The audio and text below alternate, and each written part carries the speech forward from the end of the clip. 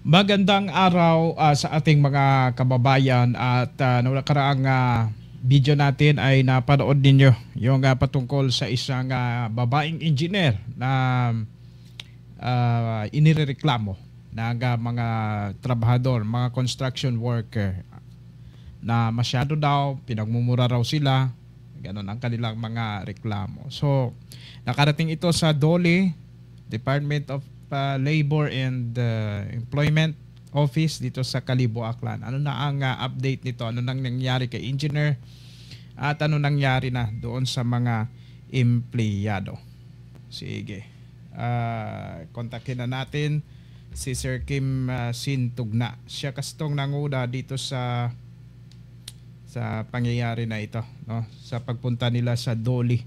Nasa linya ng ating komunikasyon ngayon si Sir Kim Sin Tugna, ang spokesperson tagapagsalita ho ng Bayan Aklan, at sila itong tumulong dito kasi sa mga sinasabi na reklamo ng ating mga kababayan ng mga construction worker. Na panood naman ninyo yung unang bahagi ng ating coverage nung nakaraang mga araw. Sir Kim, magandang gabi po. Magandang hapon.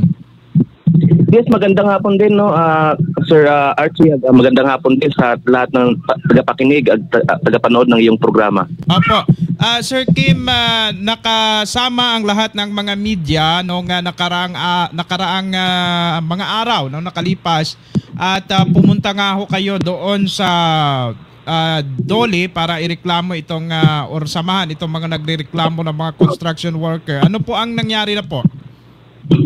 Yes, no, sa kasalukuyan, yung nangyari, nagkaroon na ng response ang DOLE Aklan na pinapatawag ang mga construction workers at saka yung Rotaflex Development Corporation.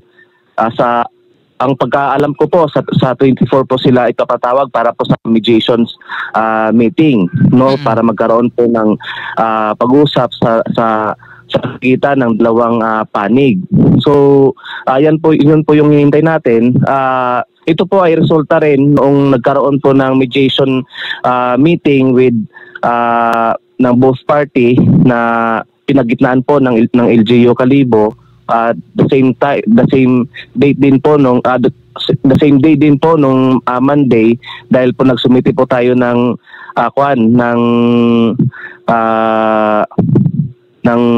complaint letter sa tanggapan ng LGU Kalibo. Yung problema lang, mukhang walang admission ng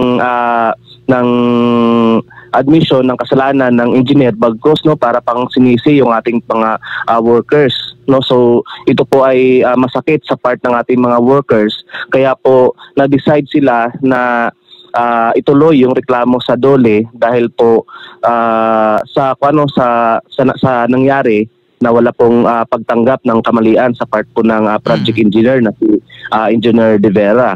Pero yun nga po, yung ibang mga demands na usapin ng ibigay yung kulang na sweldo, yung sweldo ng mga workers, at saka ibalik sa trabaho yung mga illegal na pagtanggal sa mga workers, nangyari na po, napanalunan po ng ating mga workers iyon. Pero yung ibang mga workers at saka yung ibang mga yung dalawang foreman, yung lead foreman at saka yung pangalawang foreman, nang desidido po sila na ituloy yung reklamo sa DOLE dahil nga po sa wala pong admission yung project engineer ng Kalibo Public Market na ginagawa sa nangyari pong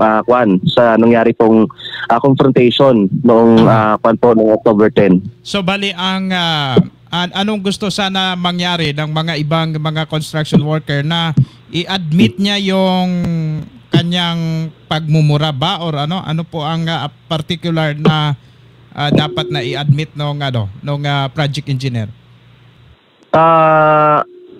Yung usapin po yung pag-uugali niya at saka yung mga masasakit no na salita na sinabi niya no sa mga workers no, at saka yung usapin po kasi ng moral damages sa part ng ating mga workers at saka yung sa part po ng ating mga foreman na sana no nagpakita man lang no ng paghingi ng paumanhin no sa ating mga workers yung pag-ugali ng project engineer no at saka humingi po siya ng ng apology. Pero yun nga po nung nagkaroon ng mediation sa pag-facilitate po ng LGU Kalibo, wala pong nakitang ganon na admission at yun nga parang nagdismaya rin no yung ating mga foreman, yung ating mga workers na ng parang kinampihan pa no ng Rotaflex yung project engineer sa ganoong nangyari at sinisisi pa yung mga workers natin dahil daw po no na bakit daw nagreklamo yung mga workers, bakit pa daw nagpamidya, sinira daw yung reputasyon ng kumpanya. So parang pinipi pa yung mga workers natin no instead na bigyan ng pansin yung mga reklamo, hindi lang po sa usapin ng sweldo, yung usapin po ng mga safety measure no yung kapakanan no yung mga safety gears ng ating mga workers. Wala po silang mga gloves, wala po silang mga headgears no para proteksyon sa kanilang trabaho dahil nagkaroon na ng mga disgrasya. Wala pong yung isa pang nating nakita dito, mayroong mga ng hindi tama yung pagpasweldo. At saka yung usapin po ng illegal termination. So instead na nabigyan ito ng pansin ng kumpanya, bagkos no sinisisi pa yung ating mga workers. That's why nag-decide yung ating mga workers na idiretso yung ituloy no yung reklamo sa DOLE at the same time mapanagot ang project engineer. Gaano ho katotoo na yung iba ay nagkaroon na nakipagsettle na po doong panahon na yon at pagkatanggap ho ng mga kaukulang sweldo ay mayroon raw na allegedly mayroon daw pong mga nagperma na hindi na sila interesado pang mag-file ng case sa DOLE. Ilan po ang mga nasettle at ilan po ang kasalukuyang magpapatuloy ng reklamo po? Yes, actually, yun nga po yung isang question natin kasi nakita natin yung formas, yung ginawang affidavit ng kumpanya na pinapaperma no sa isang affidavit no yung mga workers na isa doon sa mga nakasaad ay yung yung kusang pagbibitiw ng mga workers pag nakuha nila yung sahod nila at hindi na sila magrereklamo sa korporasyon. So actually no yung ganyang gawain no ng yung ganyang ginawa ng kumpanya is a clear violation sa ating labor code dahil nakasaad mismo diyan sa ating labor code na hindi dapat no gumawa ng ganoong hakbang yung sa pilitang paperma ng affidavit para nang iurong yung reklamo ng ating mga workers. So I think no ipe-present din natin 'yan sa DOLE pag dumating na yung araw ng mediations kasi ng isang hakbang no na bina-violate yung karapatan ng ating mga workers na instead na pabalikin lang sa kanilang trabaho without condition at saka i-provide no yung usapin ng mga yung safety gear no ng ating mga workers, i-provide yung mga security benefits yung security tenure ng ating mga workers, yung SSS, Pag-ibig Fund at saka iba pang benepisyo, bagkos no gumawa sila ng hakbang para bigyan ng kondisyon yung ating mga workers na iurong yung kanilang mga yung kanilang reklamo. Pero yun nga dahil nga sa kagustuhan din ng ilang mga workers na makapagpatuloy pa ng kanilang trabaho, napilitan silang pumirma. Pero yung iba hindi sila pumirma, kinuha lang nila yung sweldo nila at saka na-decide no na ipagpatuloy yung reklamo dahil sa ganoong nangyari. So sa ngayon po mga ilan pa po ang mga nagkapagdesisyon na ipagpatuloy ang kanilang reklamo sa DOLE po? Yet ang sa pagkakalam po natin sa 30 na nagreklamo, halos 10 no yung nagbalik sa trabaho, at saka yung mga 20 no yung gustong magpatuloy no sa pagreklamo ng kasamang Archie. So sa part ng bayan, yung mga nagpatuloy ng nagreklamo, nagpanawagan din noon sa part ng bayan na kung pwede sila patuloy na suportahan no at i-facilitate yung reklamo nila. So sa part naman ng bayan, dahil nakikita natin na mayroon silang mga karapatan at mayroong paglabag sa kanilang karapatang pantao bilang mga manggagawa, hindi po tayo magdadalawang isip na tulungan po sila ng Sir Archie. Opo. So nasa 20 ang mga nagrereklamo, pero itong 10 balik trabaho na pala. Yes, balik trabaho po sila, pero yun nga may pinapirma sa kanila na wini-waive na nila yung reklamo nila sa kumpanya. At siyempre naintindihan naman po natin yung mga workers na yon na pumirma dahil napipilitan din dahil sa pagkakalam natin meron silang mga maliliit pa na mga anak, no, meron silang pamilya na yung nakasentro sa kanilang kagustuhan is makapagtrabaho sila para maipakain sa kanilang pamilya, pero hindi po natin dapat baliwalain na kahit nakabalik na sila sa kanilang trabaho, meron pa ring linalabag na karapatan yung kumpanya sa kanilang karapatang paggawa. Dapat nakalagay rin doon sa pagbabalik nila na hindi na maulit yung mga ganon sanang mga pangyayari na pagmumurahin sila ng wala sa lugar. Mga ganyan dapat, ano?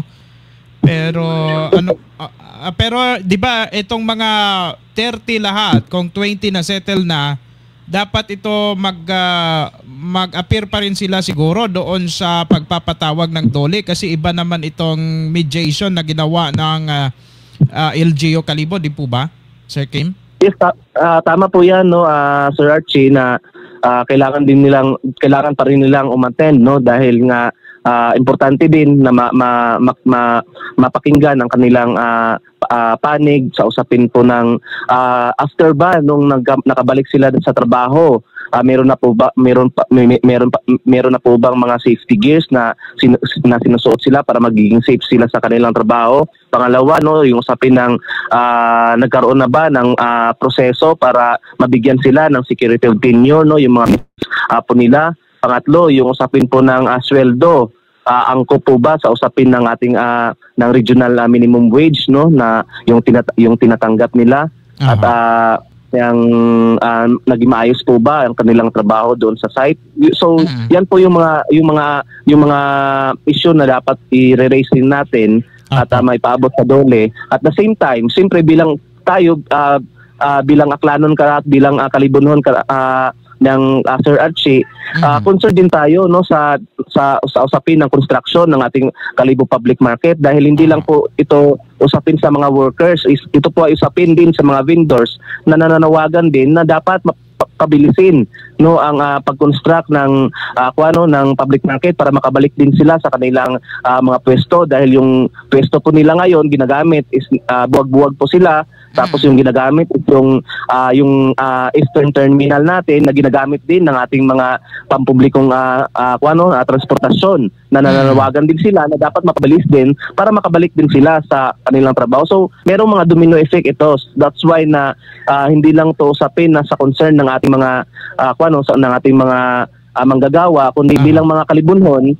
So kinocall din natin yung atensyon pa rin ng ating LGU Kalibo na dapat i-monitor at saka i-ensure, no, na mapabilis yung trabaho, at the same time dapat na matibay, no, at saka may quality, no, yung paggawa ng ating Kalibo Public Market, dahil pira ito ng bayan, no, pira ito ng Kalibunon. Inutang ito ng Kalibo, at saka tayong mga Kalibunon yung nagbabayad ng 300 million na ito. Diyan sa nangyari na yan na problema, no, with sa engineer nila dito sa na iskandalo, ano po. Napag-alaman natin na ito pala ay pinatawag rin sa Sangguniang Bayan, itong contractor na ito, pero walang umattend doon. Sa issue naman ng bakit delay ang pagkatapos, dahil 2024 pa sana tapos na pala ito Pero 2025 na ngayon at matatapos ng 2025 di pa rin tapos yung tindahan. Ang nakakapagtaka lang na yung sa panahon na yon wala silang pinadalang representative, pero dito sa issue na iskandalo ng kanilang project engineer, meron pala silang pinadala po na representative kaagad sa LGU. Yes, yun nga yung nakakatawa dyan, Sir Archie, no? Hindi sila makadalo, no? Mismo yung official ng ating pamalaang lokal na gobyerno, yung nagpatawag sa kanila, ano yung status ng ating Kalibo Public Market. So hindi sila umattend, bagkos no, humingi sila ng 180 days na extension, no, para matapos yung yung Kalibo Public Market, no. Pero sa ganitong nangyari, nung nagkaroon na ng nakita na natin yung may problema kung bakit delay yung construction, no, ng Kalibo Public Market. Walang sufficiente, no, na binibiling materials, no. Ilan lang na mga manggagawa yung hinire, no. Halos kaunti, no. So paano yan mapabilis para matarget yung time frame na matapos yung construction.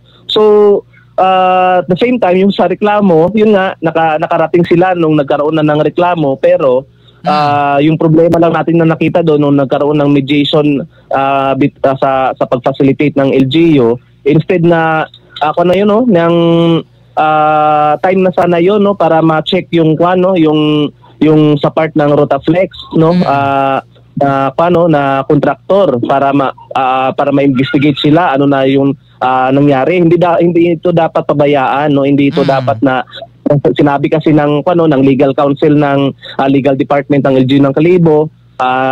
Narinig ko yung statement niya na meron daw kasing nakadepende daw kasi, no, sa kontraktor paano nila i-manage yung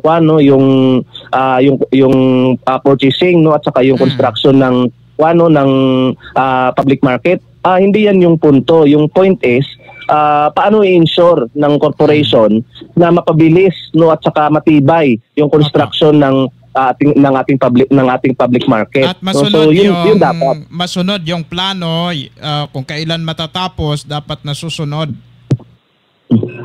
Yes, tama yan, no, dahil sila rin naman nagsabi niya, no, na matatapos nila within sa ganitong time frame, within sa panahon. Pero bakit gano'n, no? Humingi sila ng 180 days. In fact, no, kahit i-grant yung 180 days sa Sarchi, duda tayo, no, na matatapos yung construction ng Kalibo Public Market. Kung yung pag-purchase nila ng mga materials, no, para sa construction is hindi bulto. At the same time, yung pag-hire nila ng mga workers is ng minimal lang. Sigurado tayo, Sir Archie, na hindi matatapos yung within sa time frame na hiningi nila. At the same time, kahit yung extension nila, sigurado tayo, no, hindi matatapos. Kung matatapos yan, at saka madaliin nila matatapos, yung pina-question natin dyan, yung quality, no, yung gaano katibay yung paggawa nila, hindi yung ikabit lang nila yung mga beam, ikabit lang nila yung mga yung mga bakal na winilding lang. Dapat may kalidad yung pagtrabaho nito. So yan yung isa pa na mga concern natin maliban sa DOLE. Yung concern talaga natin bilang mga Kalibunhon, dahil mga taxpayer tayo yung nagbabayad dyan sa utang na yan. So meron tayong karapatan, no, na magpanawagan sa ating lokal na gobyerno na dapat, no, bigyan ito ng pansin at saka i-monitor yung Rotaflex na ito sa paggawa ng ating Kalibo Public Market. Ayan. Sige po. Anyway, baka may mga nakalimutan pa akong itanong. Balikan natin yung sa DOLE. Ngayong November 2024 ba ang kailan yon? Sabi mo kanina October po ba, or kailan yung pagpapatawag dito sa mga workers na ito? Ang pagkaalam ko, no, nag-set ng schedule yung DOLE sa October 24. October 24. October 24 at 2 p.m. So, yun yung sinet ng DOLE sa ating mga workers at saka sa Rotaflex. So, handa naman tayo diyan, no, na tulungan yung ating mga workers para maipresent nila yung kanilang side. Actually gusto nga ng mga workers na dapat may media, no, dapat andyan kayo para hindi po tago yung pag-uusap at saka malaman po ng ating mga kababayan at saka ng mga media sino yung nagsisinungaling, sino yung hindi nagsisinungaling, no, dahil sa bukas po yung ating mga workers, no, sa ganoong usapin para mapatunayan kung sino yung nagsisinungaling. So I don't know kung ialaw ng dole, no, na andyan yung na-cover ng ating media yung mediation para sa kapakanan din, no, ng ating mga workers na dahil yung nangyari kasi sa mediation nung nakaraan na facilitate ng LGU Kalibo, parang lumabas pa na may kasalanan yung ating mga workers. So medyo nagalit, no, yung ating mga workers bagkos, no, dapat nasabon ba yung mga workers doon? Ikaw pinapasok ka ho ba nila or hindi? Actually andun na ako sa sa loob, pero nag-request daw yung Rotaflex na yung kakausapin lang daw is yung mga workers at saka hindi daw ako involved. So although nag-assert ako na ako yung nag-facilitate sa kanila kung bakit nangyari ang mga ganitong pangyayari. So pero hindi nila ako inalaw dahil hindi naman daw ako involved, no, sa construction. So in respect naman sa ating lokal na gobyerno, so siyempre lumabas ako at importante lang ma-facilitate yung problema ng ating mga workers. Pero after the mediation, disappointed yung ating mga workers dahil yung nangyari, sila pa yung lumabas na sila pa yung may sala, sila pa yung nagka-problema. Sila daw yung sinira daw ng mga workers yung reputasyon ng kumpanya. So parang sinabon sila, no, at sila pa yung parang linabas na may sala. So that's why na nag-decide sila na i-pursue yung reklamo sa dole. At saka kung tayo naman ng Sir Archie sa part ng bayan, pag sa araw ng mediation, pag nakita natin na hindi ginawa, no, ng tama ang gawain ng Dole Aklan, bukas yung Bayan Aklan na ifa-facilitate yung kaso nila sa regional office at saka hanggang sa national office para mabigyan ng hustisya yung ating mga workers ng Sir Archie. Dapat pag may mga ganong mediation yung LGU at saka trending na yung time na yon at dinadala na yan ng halos lahat ng miyembro ng media dito sa Aklan, dapat para ma-erase yung doubt na mayroong pinapanigan, dapat at least may representative sana ng media na pinapasok doon sa loob. Ano po? Yes, tama yan. Para at least maisip ng tao, ng mga kalibunhon na walang pinapanigan, ano po, or di kaya kahit naka-live man lang yung mediation na yon, pero depende sa kanilang naging decision yan pero sa akin lang, suggestion lang naman ito na sana nga pati dito sa Dole ngayong ngayong darating na 24 ay mayroong mapapasok na mga media. Yung last time ayaw nilang nagsalita sila pero off the record lang daw, ayaw rin nila nga on the record. Sana dito sa 24 may on the record na. Yes, tama yan, Sir Archie, no, this is a public concern, no, not only sa ating mga workers, publicly concerned ito ng ating mga kababayan na kalibunhon, no, dahil concerned din tayo sa kung paano ma-ensure ng kumpanya, ng Rotaflex at saka ng LGU na matapos, no, yung ating Kalibo public market. At the same time, ma-ensure natin, no, na hindi magiging waste yung ating tax na binabayad, no, hindi ma-waste yung utang na 300 million ng ating mga kababayan. Baka pareho lang ito, no, sa nangyari sa mga flood control, no, na substandard yung proyekto, unfinished yung proyekto, no, na nagresulta pa ito na hindi quality, no, yung construction, pero yung sa pinakahulihan tayo yung talo dahil tayo yung magbabayad ng 300 million na ito, Kasiman Mong Archie. So hope, no, nga i-publicly, no, ipakita ito ng ating DOLE, yung usapin ng mediation, dahil concerned din natin ito bilang mga taxpayer, Sir Archie.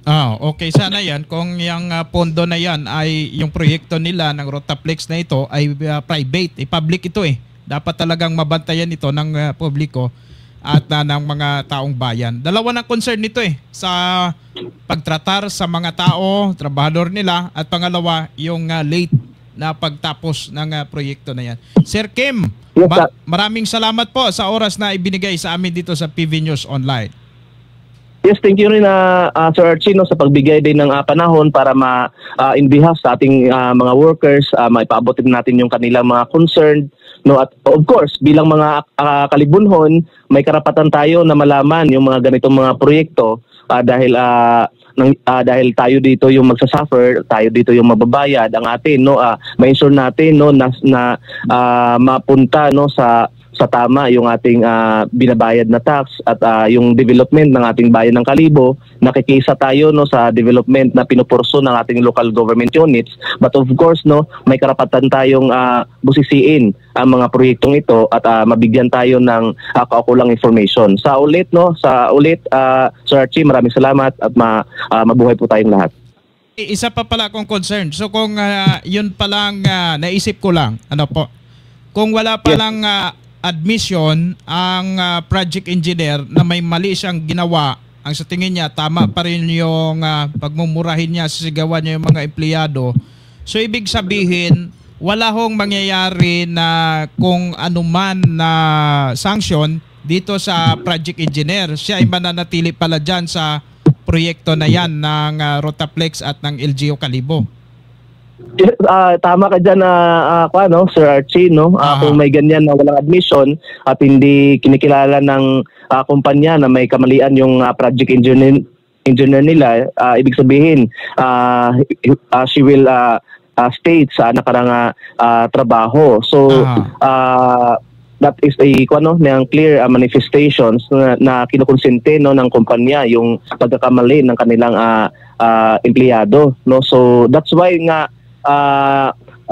matapang na isusulong ng ating mga workers yung reklamo nila para mabigyan sila ng hustisya, no. At that's why, no, sa part naman ng bayan, dahil yung DOLE, ito dapat yung ahensya na magbibigay ng proteksyon sa ating mga manggagawa. That's why nasa kanila natin diniretso, no, yung ganitong reklamo. At saka active naman yung ating yung ating DOLE Aklan. Pero pag may nakita tayong mali, no, sa ganitong sitwasyon, sa kanilang pag-facilitate na hindi nila mabigyan ng hustisya yung ating mga manggagawa, so idudulog natin ito sa regional office ng ating ating DOLE. Apo, ayan. Sige po.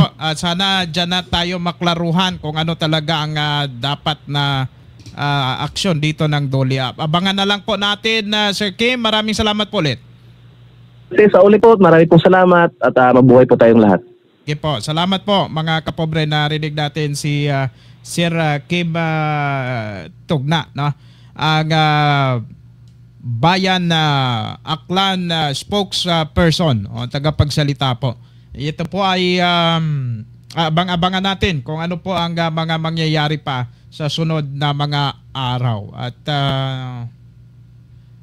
pagkatapos na lang ng aksyon ng DOLE, saka tayo magsalita, no, kung ano ang kanilang magiging aksyon. Pero dito sa LGU Kalibo, yun po, nagkaroon pala sila ng mediation. Yung LGU Kalibo nag-facilitate, pinatawag yung kumpanya, at ayon kay Sir Kim Sin Tugna, hindi naging kontento yung ibang mga empleyado. Pero sa 10 nga po ang nakapagpirma na sila ay babalik doon sa pinagtatrabahuan nila. Pero yung 20 ay hindi raw pumayag. Kung nanonood ang Rotaflex, pwede rin sila na magsalita, no? Kung mayroon silang nais na yung side nila ay maisiwalat din, ay pwede po. Bukas po ang aming linya ng komunikasyon. Mag-message po kayo, mag-PM po kayo. Dahil kami pupunta sa site ninyo, yun sa mga nakausap namin, ayaw na magsalita ni engineer, at saka hindi na rin siya nakikipag-usap sa mga media. No? Lahat dito sa Aklan, wala mang nakapag-interview sa kanya. Kasi nga tuwing pupunta kami sa site dyan, tinatanong din namin yung una dyan si engineer. Ang sabi ng mga tao dyan, ayaw na magsalita ni engineer tungkol dito sa pangyayari na ito.